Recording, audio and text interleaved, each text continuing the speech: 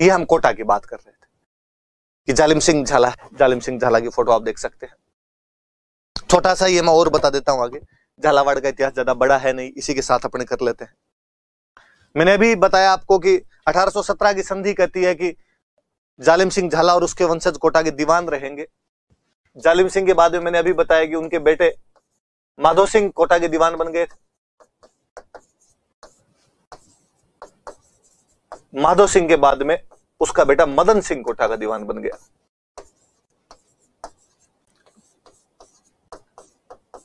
वही होता है जी, पिताजी ने जो भी इज्जत कमाई थी वो मेहनत के साथ कमाई थी, उस सेवा के बदले में कमाई थी, बेटों पोतों को फोकट में पड़ी हुई मिल गई। माधो सिंह जालिम सिंह वाली विरासत ही तो आगे बढ़ा रहा है। माधो सिंह ने फिर भी जालिम सिंह का टाइम देखा था तो इतना रूड नहीं हुआ वो, पिता ने जब समझाया तो उसके बाद उसके राजा के साथ रिश्ते थोड़े अच्छे रहे। मदन सिंह को लगता था यार कोटा वाले है क्या, राजा अपने है यार, पावर सारी अपने पास, पहले पापा के पास थी, पहले दादाजी के पास थी। और उसने कोटा के अंदर राम सिंह सेकंड जब राजा था उस समय बगावत कर दी।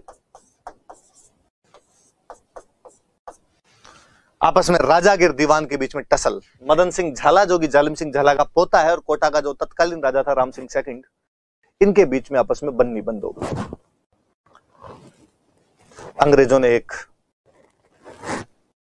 तरीका निकाला और अंग्रेजों ने कहा झालावाड़ वालों को अलग ही कर दो यार, इनको अलग सिस्टम में कर दिया जाए। इसलिए कोटा राज्य के 17 परगने तोड़कर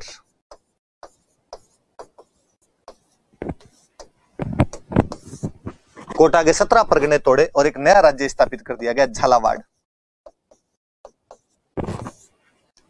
झालाओं को दे दिया गया, झाला एक अलग वंश है, झाला चौहान नहीं है, झालाओं को दे दिया गया, इसलिए उसका नाम क्या पड़ गया, झालावाड़ नाम पड़ गया उसका। 17 परगने इनको दे दिए गए। ऐसा किया गया 1837। अब मैं 2 बात बताना चाहूंगा आपको। कोई पूछे बूंदी राज्य का विभाजन कब हुआ, 1631 जब बूंदी से तोड़कर कोटा बना दिया गया। कोटा का विभाजन कब हुआ, आप कहोगे 1837 जब कोटा से तोड़ के झालावाड़ बना दिया गया। 37 में मदन सिंह इनसे अलग होता है। 1838 में अंग्रेजों ने मान्यता दे दी। तो वास्तव में अंग्रेज तो इसको ऑथोराइज 1838 में करते हैं कि हाँ भाई हम झालावाड़ को एक अलग रियासत मानते हैं। उन्होंने मान्यता दे दी कि हाँ भाई अलग से रियासत है, अलग से उनके साथ में बातचीत वगैरह कर दी। मदन सिंह ने जब झालावाड़ को राजधानी बनाया तो झालावाड़ की उसने राजधानी बनाई झालरापाटन। झालरापाटन नाम की राजधानी बनाई गई, जिसमें कहते हैं कि खूब सारे मंदिर है, खूब सारे मंदिर है, इतने मंदिर है कि सारे दिन मंदिरों की घंटियां बजती रहती है, इसलिए झालरापाटन को घंटियों का शहर कहा जाता है, सिटी ऑफ बेल्स।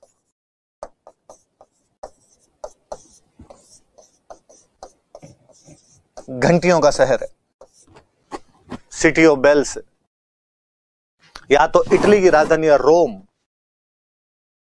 जहां पर पोप रहता था तो खूब सारे चर्च थे। पोप अब भी रोम का एक भाग है, वेटिकन सिटी जिसके अंदर रहता है, जिसको स्वतंत्र देश का दर्जा दे रखा है। खूब सारे मंदिर थे, उन मंदिर चर्च थे, चर्चों की घंटियां बजती रहती, उसे भी सिटी ऑफ बेल्स कहा जाता है। या आपने झालरापाटन को भी घंटियों का शहर कहा जाता है। कई लोग तो ये भी कहते हैं घंटी, बड़े बड़े जो घंटे होते हैं उनको झालर ही बोलते हैं, तो इसी वजह से इसके नाम में झालरा लगा हुआ है। कहते हैं एक नदी के किनारे था, नदी का नाम था चंद्रभागा। किसी टाइम में इसका नाम चंद्रावती नगरी हुआ करता था। चंद्रभागा नदी के किनारे होने की वजह से चंद्रावती था, पर वो खंडर हो गए थे उसके अवशेष। जालिम सिंह झाला ने इसको दोबारा रीस्टैब्लिश किया था, तो इसका नाम बदलकर झालरापाटन कर दिया गया। कुछ लोग कहते हैं घंटियां वो झालर ज्यादा इस वजह से झालरा है, पाटन इसलिए है कि पत्तन, पत्तन का मतलब बंदरगाह होता है, और वो चंद्रभागा नदी जो बहा करती थी वो व्यापारिक जहाज वगैरह उसके अंदर आते जाते होंगे, इसलिए उसका नाम यहाँ पर पाटन रख दिया गया, पत्तन रख दिया गया। कुछ लोग कहते हैं कि नहीं, नदी की वजह से वहां आसपास में पहाड़ों से झरने बहते थे, झरनों को भी झालरा बोलते हैं, तो उन झरनों की वजह से इसे झालरापाटन कहते हैं। कुछ लोग कहते हैं कि नहीं, ये सब भी गलत है, वो तो जालिम सिंह झाला था, झाला की वजह से वो झालरापाटन हो गए। जो भी हो, अपने याद रखना कि झालावाड़ की जो राजधानी थी वो झालरापाटन थी। पर इस शहर को शायद राजधानी बनना ही रास आता है।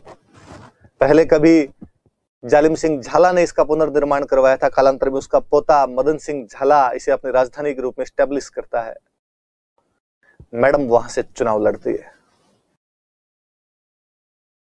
झालरापाटन आप कभी जाओ तो आपको लगेगा कि जितनी सुविधाएं आपके जयपुर में उतनी झालरापाटन के अंदर मैडम ने कर दी।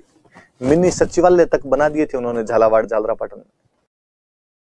आगे हम झालरापाटन के अंदर मेले पढ़ेंगे, हम चंद्रभागा मेले पढ़ेंगे, तब याद रखना कि उन मेलों के नाम चंद्रभागा मेला क्यों है, क्योंकि झालरापाटन कौन सी नदी के किनारे है, तो चंद्रभागा नदी के किनारे। कहते हैं 108 मंदिर बने हुए, यहाँ पे ज्यादा ही होगी पर वो एक संख्या मानी जाती है, इसलिए घंटियों का शहर या मंदिरों का शहर है अपने आप में। ये याद रखना बात है। मदन सिंह झाला के टाइम में हुआ था ये सब। 17 परगने दिए गए थे उसे, 12 लाख रुपए की इनकम वाले 17 परगने थे वो। कहते अंग्रेजों ने जैसे अपने झालावाड़ रियासत बनाई थी, ऐसे राजस्थान में एक धौलपुर रियासत बनाई थी अंग्रेजों ने, एक टोंक रियासत बनाई थी, एक झालावाड़। ये अंग्रेजों द्वारा स्टैब्लिश की गई रियासतें थी। उन्होंने सिंधिया का थोड़ा पार्ट छीन के सेकंड एंग्लो मराठा युद्ध के बाद में धौलपुर बनाया था। हालांकि धौलपुर छोटा मोटा था, गोहद के राणा लोकेंद्र सिंह के पास में।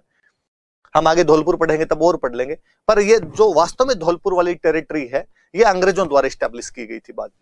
टोंक थर्ड एंग्लो मराठा युद्ध के बाद पिंडारियों को एक जागीर दी गई थी टोंक की, हम इसकी भी कहानी पढ़ेंगे आगे। झालावाड़ अंग्रेजों द्वारा बनाई गई, हमने पढ़ा अभी 1838 में अंग्रेजों ने इसको मान्यता दे दी थी। उनके भी हम सन वगैरह आगे और पढ़ेंगे एग्जैक्टली। मैं कह सकता हूं कि राजस्थान की अंतिम रियासत थी।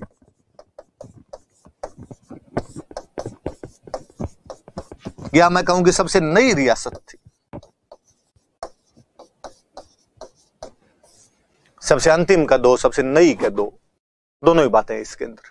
तो अंग्रेजों ने धौलपुर, टोंक और झालावाड़ बनाई थी, जिनमें झालावाड़ जो है वो सबसे अंतिम रियासत का दो या सबसे नई रियासत का दो। आप मुझे लगता है मैडम का संबंध अंग्रेजों वाली रियासतों से ज्यादा है, इसलिए धौलपुर मैडम का ससुराल और झालावाड़ से मैडम चुनाव लड़े। ग्वालियर के थोड़ी उधर नजदीक पड़ती है, मैडम खुद ग्वालियर की है, इसलिए वो चीजें थोड़ी ज्यादा आ जाती है वहां पर, उनका झुकाव रहा होगा उस साइड के अंदर। हालांकि 1896 में, पहले इसको 17 परगने दिए थे। 1896 में यहां पर कोई एक राजा बना था, जालिम सिंह सेकंड। फर्स्ट तो जालिम सिंह झाला हो ही गया, जालिम सिंह सेकंड बना था। उस समय अंग्रेज कोई नाराज हुए थे, अंग्रेजों ने 17 में से 15 परगने तोड़कर वापस कोटा को दे दिए थे। फिर तो एकदम ही छोटा सा ही हो गया था, 15 परगने वापस कोटा को दे दिए थे 1896 में जालिम सिंह झाला के टाइम, सेकंड जालिम सिंह झाला जो था उसके टाइम।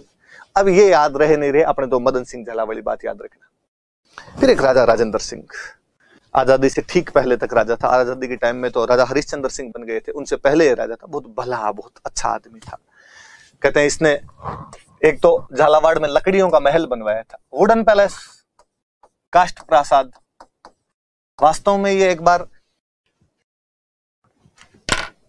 लखनऊ में कोई एग्जीबिशन देखने के लिए गया हुआ था, और वहां जो भारतीय वन अनुसंधान केंद्र देहरादून वाला है, उन्होंने एक लकड़ी का महल बना रखा था।